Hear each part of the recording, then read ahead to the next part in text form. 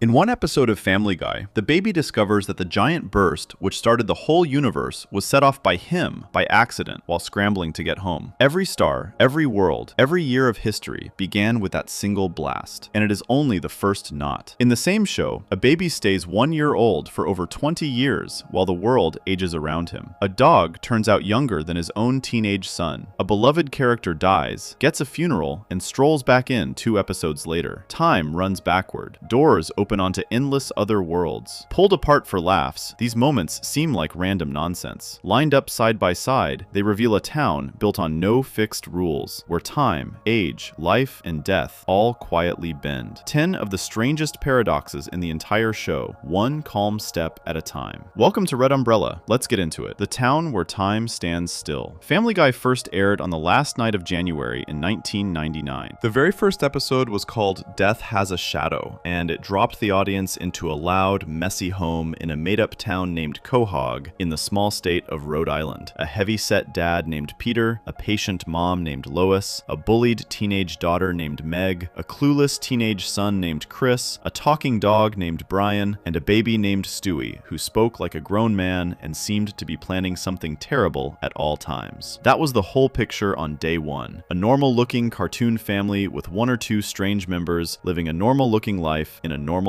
town. What that town hides under the surface is the real subject here. Family Guy is packed with paradoxes, and a paradox, in plain terms, is a knot that cannot come undone. It is when 2 things are both shown to be true, even though they cannot both be true at the same time. A man cannot be older than his own father. A baby cannot stay a baby while years roll past. A person cannot end their own life before they are born and still be standing there to talk about it. Those are the kinds of knots this show ties again and again, sometimes on purpose for a laugh, and sometimes without ever seeming to notice. The strangest part is that the very first and biggest paradox is not hidden in some wild time travel episode. It is sitting in plain view in the ages of the family members from the very first scene. Start with the baby. When the show began, Stewie was under a year old. He was the newest member of the family, small enough to be carried around, young enough to still be in diapers. Near the end of that first season, in an episode named Chitty Chitty Death Bang, the family threw him a party for his first birthday. That is a sweet and ordinary thing for a cartoon to do. A baby turns 1. Candles, cake, a little hat, the kind of moment that happens once in a single life and then is gone forever. Because the very next year, that same child turns 2, and then 3, and keeps climbing. For Stewie, that climb never came. After that first birthday, the years outside the screen kept stacking up. 1 year became 5, 5 became 10, 10 became 20. The show kept making new episodes the whole time, hundreds and hundreds of them, season after season, and through every single one of those years, Stewie stayed the same age, the same height, the same round head, and the same football-shaped body, the same baby, frozen at the edge of being 1 year old, while the calendar in the real world spun forward like a fan. A first birthday is supposed to be a doorway into the next year of a life. His became a room with no exit. Now here is where the knot starts to tighten. The world inside Family Guy is not frozen at all. The opposite is true. The show goes out of its way to feel up to date. The family talks about the newest phones and the newest gadgets. They mention real events from the real world as those events happen. They watch shows that did not exist when the cartoon first started. When something big happens in the news, the Griffins seem to know about it soon after, as if they live in the same moving year that the audience lives in. So the world around this family clearly does move forward. Time passes in Quahog. New things arrive, old things fade, the years change. That sets up the first true paradox of the whole series, and it is a quiet one. The world keeps moving, but the people inside it do not. The dad never gets a single gray hair. The mom never ages a day, and the baby, who should have grown into a toddler, then a little kid, then a schoolboy, never grows at all. He has now been a 1-year-old for longer than many of the people watching have been alive. Inside the story, decades of fresh technology and fresh events pile up around him, all of it proving that time is rolling by, and he sits in the middle of it like a stone in a river, untouched by the current that is clearly flowing on every side. The contradiction gets sharper when the rest of the family is held up against him. The kids are not all locked at the same age. Meg, the oldest child, has been shown getting older across the run of the show. She started as a 15-year-old. Later, she was 16. Later still, she was 17. So inside the same house, under the same roof, with the same parents, one clock is allowed to tick and another clock is not. Meg edges forward through her teenage years while her baby brother does not move an inch. Two children in one family, born into one timeline, aging at completely different speeds, and the show treats this as perfectly normal. No one in Quahog ever stops to wonder why the teenage girl keeps having birthdays, while the baby never has a real second one. Plenty of cartoons keep their characters the same age forever, and that part alone is not unusual. The Simpsons has done it for even longer, with Bart stuck at 10 and Lisa stuck at 8, while the world moves on around them. Keeping a cast frozen is a common trick, because it lets a show run for decades without the kids growing up and leaving home and ending the whole thing. So far, so ordinary. What makes Family Guy push past the usual trick is how loudly it insists on staying current at the same time. A show can quietly freeze its people and never mention the date. Family Guy freezes its people and then keeps pointing at the calendar, naming the year, nodding at the newest things. It holds the family still with one hand and waves the moving world around with the other, and it never seems to feel the strain of holding both at once. The way the show is drawn makes the freeze even more complete. An animated baby does not have to stay the same. The artist could have aged him a little, slimmed the cheeks, added some hair, stretched him taller over the years if they wanted to. They never did. Stewie has been redrawn thousands of times across thousands of scenes by many different hands over more than 20 years, and the design has stayed almost exactly the same the entire way. Every new episode is a fresh chance for him to look even slightly older. Every new episode passes that chance by. The sameness is not an accident that slipped through. It is a choice made over and over on purpose for decades, and that choice is what keeps the paradox alive and breathing. Sit with what this actually means inside the world of the show, and it turns a little eerie. Time in Quahog is broken in a very specific way. The town moves through the years, but the family does not move with it. For the Griffins, growing older is simply switched off. A baby can be a baby through several decades of changing seasons and changing world events and never reach the next stage of being alive. In any real life, that would be impossible and frightening. In this town, it is just the weather. Nobody notices, nobody fights it, nobody even brings it up. The family floats above time like a photograph that somehow keeps talking and moving, while the world it was taken in keeps changing behind it. There is something strange that happens to the people watching, too, the longer the show goes. A child who first met Stewie as a baby in 1999 could now be a full-grown adult with a job, a home, maybe children of their own. That viewer aged through every stage Stewie never reached. They grew up. They changed. They moved forward through all the years the baby refused to touch. And whenever they come back to the show, the baby is still there, still 1 year old, still exactly the same, waiting in a year that never ends. The audience does all the aging that the family will not do.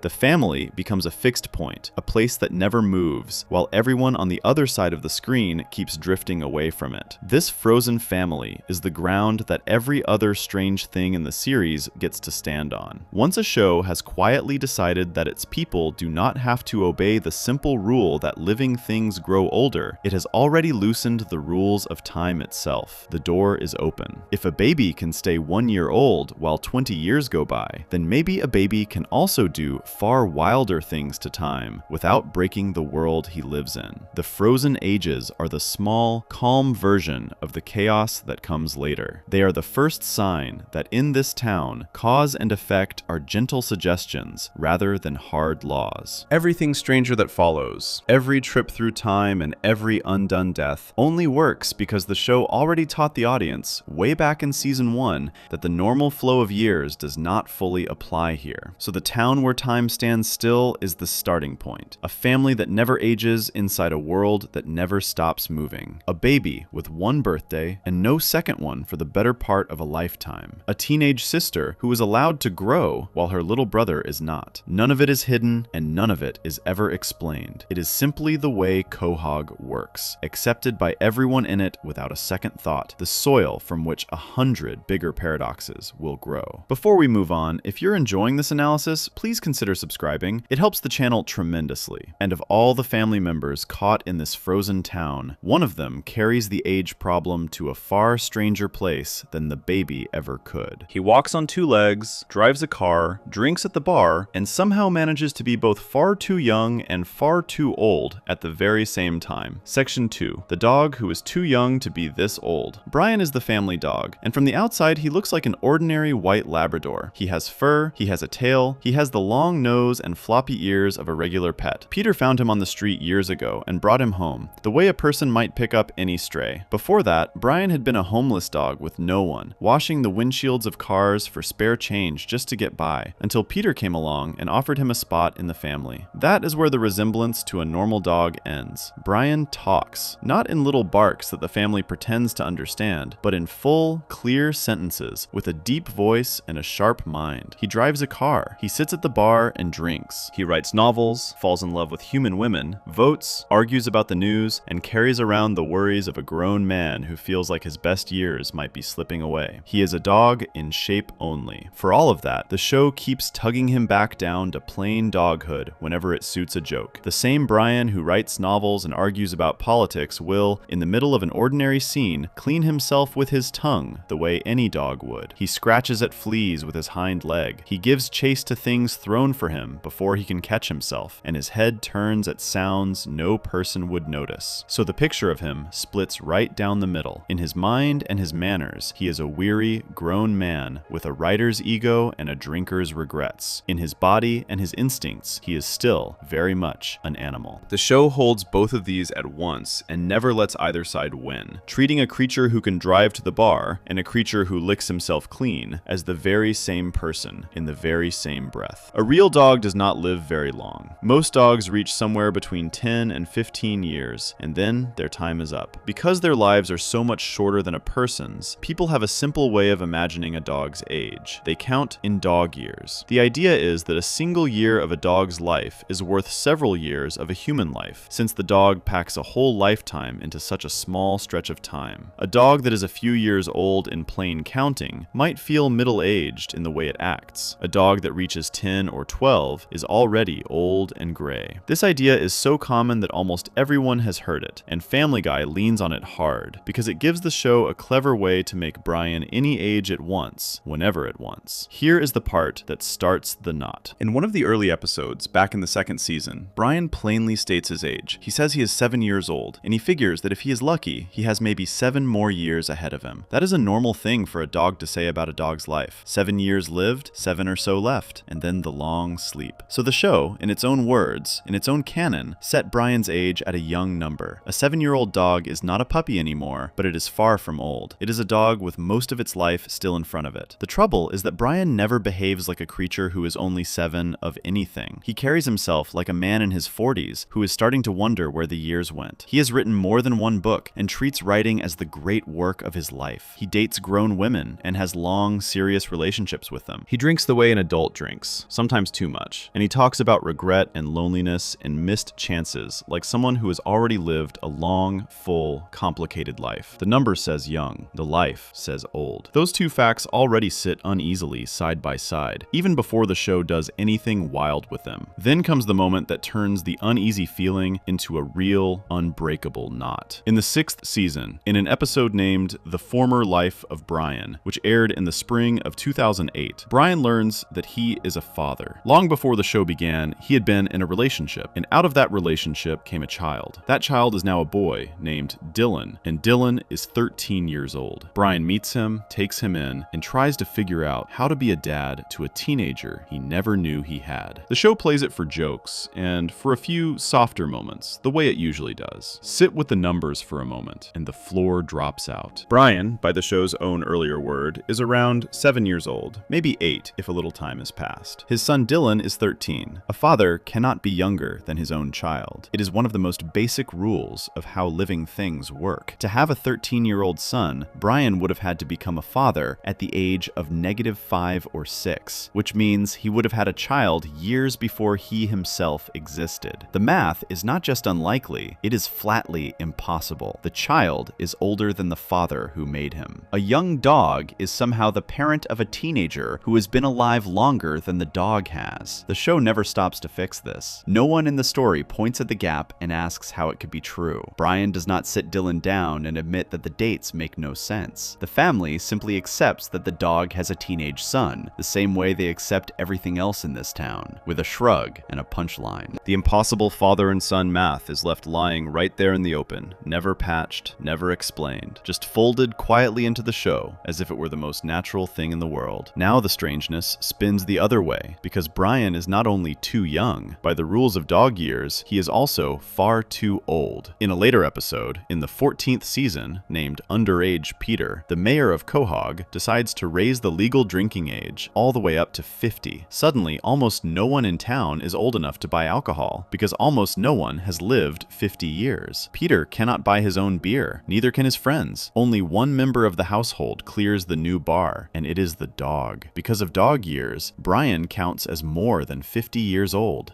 enough to walk into the store and buy whatever he likes. Peter, unable to drink legally himself, simply sends Brian to buy all of his booze for him. Lay those two facts next to each other, and the paradox stands fully revealed. Brian is too young to be the father of his own teenage son, younger than a boy he supposedly created. At the very same time, Brian is older than every grown adult in town, old enough to drink when a 50-year limit wipes out everyone else. One number makes him a child, another number makes him an elder. He is both at once, in the same body, in the same show, and the writers never choose between them. His age is not a fixed thing the way an age should be. It bends to fit whatever the moment needs. That bending is the trick at the heart of it. Dog years give the show a stretchy ruler, and the writers pull it long or push it short, depending on the joke they want to tell. When a scene needs Brian to feel like a young soul with his whole life ahead of him, his age shrinks down to 7. When a scene needs him to be the wise, weary one, his age stretches into middle age. When a scene needs the only legal drinker in a town with a 50-year limit, his age balloons past 50. The same dog can be a kid, a grown man, and an old-timer within the run of the series, and which one he is depends entirely on what gets the bigger laugh. His age is a tool the show reaches for, rather than a true fact about who he is. What makes all of this land as a true knot, rather than a simple mistake, is how calmly the household carries it. No one in the family ever pauses over the fact that their dog has outlived every natural span a dog could have. No one wonders aloud how a creature his age came to father a teenager, or how the same dog can be both too young for one thing and too old for another. The strangeness is never spoken of, never argued about, never even noticed. To the Griffins, Brian is simply Brian, an age that means nothing and a lifespan that has no end, and they go on passing him the newspaper and the car keys as though a dog who breaks the rules of time were the most ordinary roommate in the world. The longest version of the problem is the simplest one to see, and it sits under everything else. Brian has been alive for the entire run of the show, which now stretches across more than 20 years and hundreds of episodes. A real dog who said he was 7, with maybe 7 years left, would have run out of time long ago. By his own honest accounting, by the numbers he gave with his own mouth, Brian should have grown old and passed away many seasons back. Instead, he is still here, still 7-ish, still writing his books and nursing his drinks, having outlived his own stated lifespan several times over, while never aging past the number he started with. A dog with a short life has somehow had an endless one. The show even proved, with its own canon, that dogs in this world live and die like any other. Long before Brian, the Griffin family had another talking dog, a pet named Todd, who grew old in the ordinary way and was finally put down at the age of 15 when illness took him. 15 is a long life for a dog, and a fitting end for one. Todd aged, sickened, and died, exactly as a real animal would, which tells the audience plainly that the normal rules of a dog's lifespan do apply inside this town. That makes Brian's case stranger still. A dog before him followed the natural path from puppy to old age to death in 15 short years, while Brian has sailed past 20 years and more without aging a single day. The one creature for whom the clock that claimed Todd simply refuses to tick. This is the same broken clock from before, wearing a different face. The baby and the dog are two corners of one strange room. With Stewie, time is frozen, locked tight, refusing to move at all. With Brian, time is unstuck in the opposite way, sliding loose, never settling on a single number, free to be small or large as needed. The baby never ages, and the dog ages in every direction at once, and both of them live in the same house, under the same broken rules, in the same town, where the normal flow of years means nothing. The dog's version is the louder of the two, because his numbers do not just sit quietly, they argue with each other right out in the open. 7 against 13, young against old, father against a son who came first, a single creature carrying two ages that flatly refuse to agree. Before we move on, if you're enjoying this analysis, please consider subscribing. It helps the channel tremendously. Of everyone in that frozen, age-bending household, Brian holds one one special and steady role that almost no one else can fill. He is the one who always seems to know exactly what the baby is saying. While the rest of the family treats Stewie's grand speeches as nothing more than baby noise, the dog hears every word and answers back. That single fact opens the next knot, because once the question of who can hear the baby gets pulled on, the whole family starts to fall apart in a way no one can quite explain. Section 3. The baby no one can agree about. Stewie is the youngest member of the Griffin family, a baby small enough to be carried on a hip and young enough to still ride in a high chair. The voice that comes out of him does not match any of that. He speaks in long, clean, grown-up sentences with a sharp tongue and a fancy accent that sounds nothing like his American parents. He plans elaborate schemes. He insults people with care and skill. He talks about his feelings, his plots, his enemies, and his big ideas, all in clear words that any listener could follow with ease. In any real living room, a baby who spoke like that would stop the whole house cold. People would gather around, they would call the neighbors, they would not be able to look away. In Quahog, none of that happens, and the reason it does not happen is the puzzle at the center of this whole family. Most of the time, the people around Stewie act as if his careful, clever speeches are nothing more than the babble of a baby. He delivers a perfect,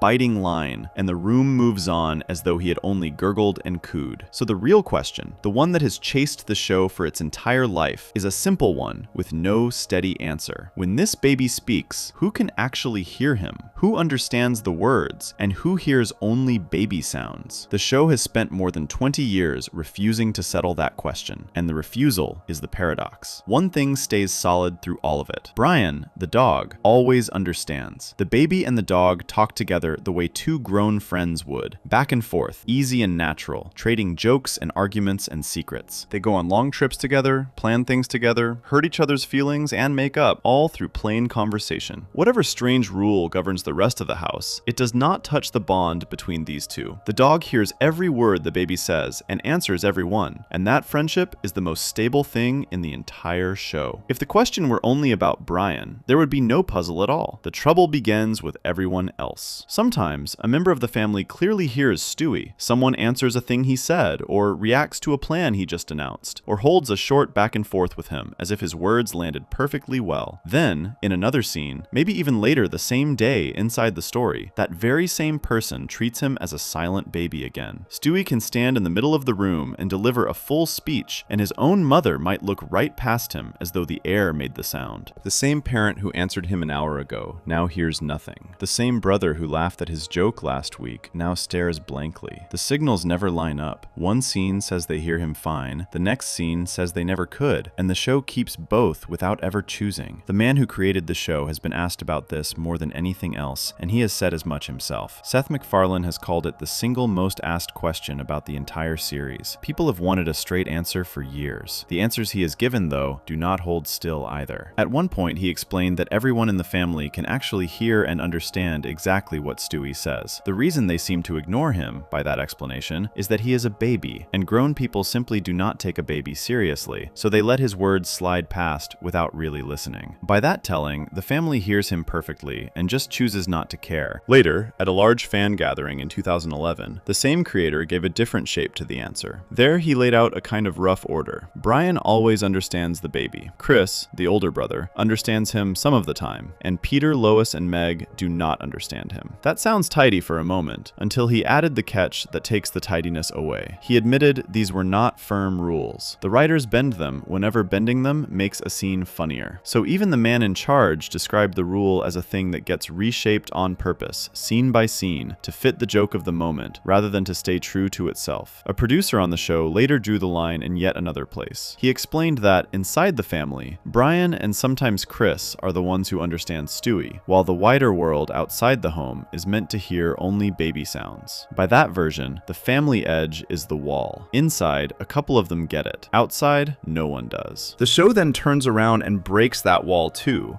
because there are episodes where a stranger, someone with no tie to the family at all, sits across from Stewie and holds a long, full, deep conversation with him, as if there were nothing odd about it. So the line that was supposed to protect the rule gets crossed by the show that made the rule. Every fence put up around the question gets knocked down somewhere else in the run. What that leaves behind is a rule with no real shape. The people who built the show have given more than one answer. answer, and the answers disagree with each other. The show itself then ignores all of those answers whenever a louder laugh is on offer. A baby who is understood, a baby who is ignored, a baby heard by a stranger and missed by his own mother. All of these are shown as true at different times, and none of them is ever marked as the wrong one. The law of who can hear Stewie is less a law than a mood. It shifts with the scene, and nothing inside the story ever forces it to stay put. The show is fully aware of this, and it has turned the question into a joke about itself more than once. In one episode, a character from a different cartoon shows up inside a dream. When he wakes from dreaming that he was Peter, he remarks that he always wakes up too soon, right before he can find out whether the family can understand the baby. The line is a wink straight at the audience. The show knows that everyone watching has wondered the same thing, knows the answer has never come, and points at the gap on purpose, treating its own unsolved puzzle as the punchline. The biggest wink of all came in a later season, in the first episode of the 19th year, named Stewie's First Word. The family is at church when Stewie, furious about something small, shouts a single rude word so loudly that the entire congregation hears it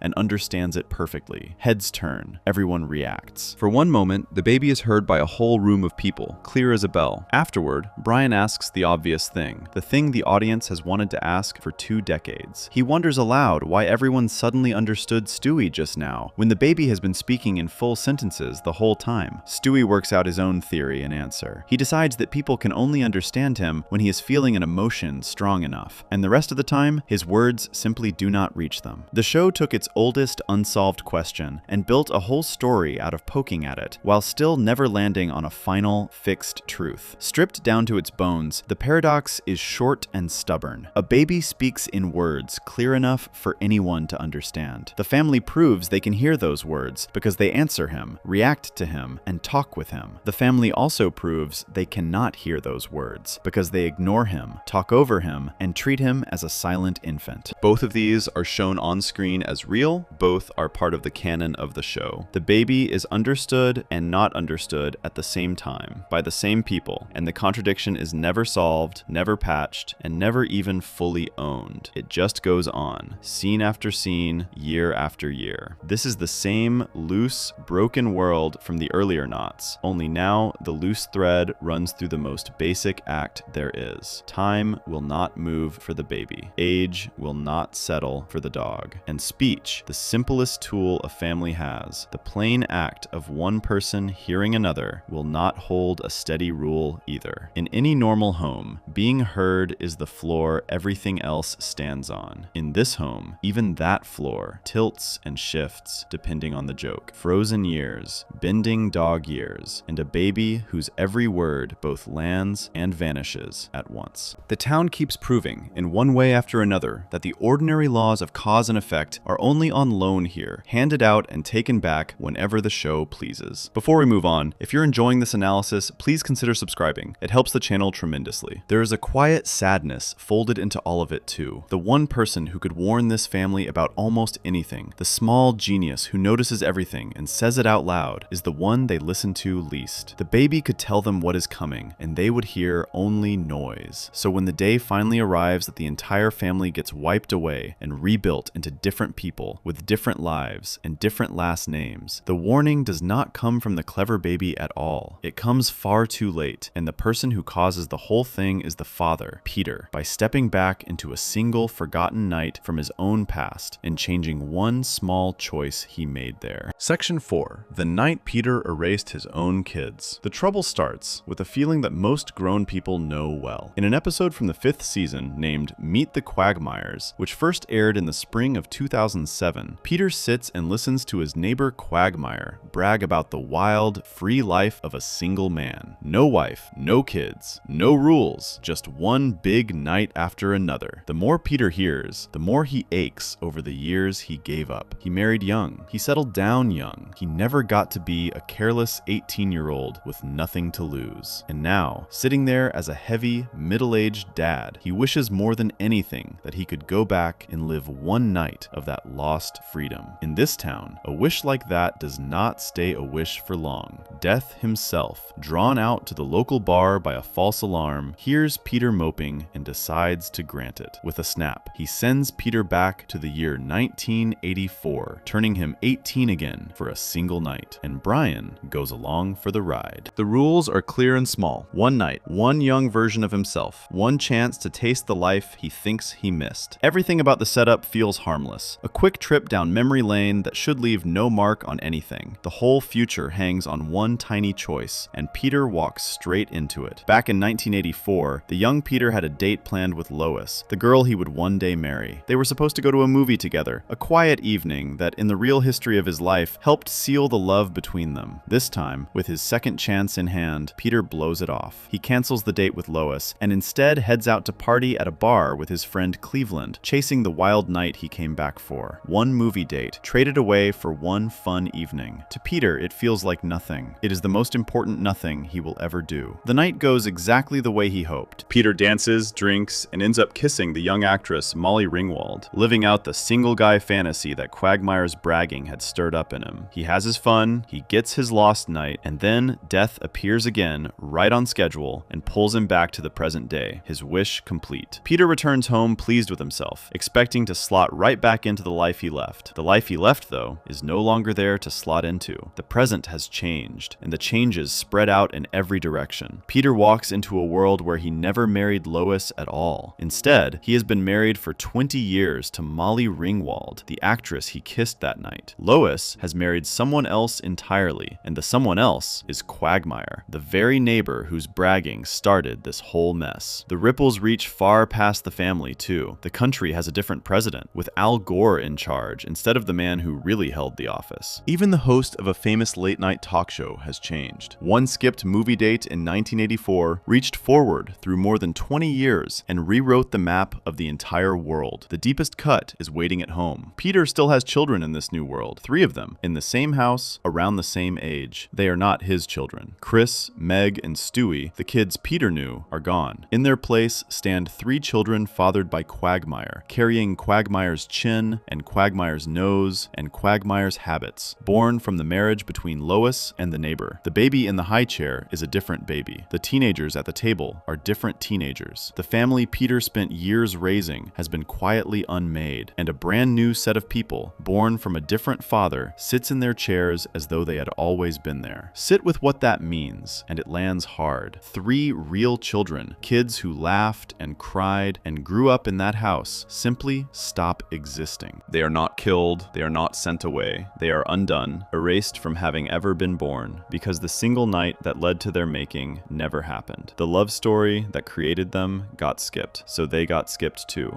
blinked out of the world by one careless choice their father made before any of them were even thought of. And the world does not mourn them, because in this new shape of things, there is no one left who knows they were ever real. Different children took their place, and life rolled on without a gap. Here, the time knot pulls tight, and it pulls in a strange direction. Peter remembers his real children. He knows their faces, their names, the life they shared, even though, in this new world, they were never born. He still carries a photograph of the 3 of them, the kids who no longer exist anywhere in reality. Brian remembers them too, because Brian traveled back through time with Peter and kept his memories of the way things used to be. So both of them walk around holding clear, full memories of children that, by the rules of this new timeline, never came into being at all. A memory is supposed to be a record of something that happened. Their memories are records of something that, in the world they now stand in, never happened to anyone. How a memory can survive of a child who was never born is a question the show raises and then strolls right past. Peter cannot live with what he has done, and he begs death to send him back so he can fix it. Putting it right turns out to be far harder than breaking it. Sent again to 1984, Peter keeps fumbling the very date he needs to keep, blowing his chance again, and going off with Cleveland once more, until death loses patience and refuses to give him any more tries. With his do-overs used up, Peter and Brian sneak into the country club dance where, in the changed history, Lois first fell for Quagmire. Their goal is to stop the kiss between Lois and Quagmire that started the whole wrong path. Standing there in the middle of the dance, Brian looks down at Peter's photograph of the 3 children, the kids who are slipping away, and understands exactly what is at stake and exactly what must be done. Peter manages to win Lois back, to put their love story back on its proper track, and with that, the timeline snaps into its right shape. The world returns to the way it was. The wrong children fade, and the real Chris, Meg, and Stewie return to their chairs, born once more, alive once more, as though they had never been gone. on. The family is whole again, restored by undoing the undoing. No one but Peter and Brian will ever know how close all three of those kids came to never having lived at all. The whole adventure is a careful, almost step-by-step copy of a famous old movie about a teenage boy who travels back to his parents' youth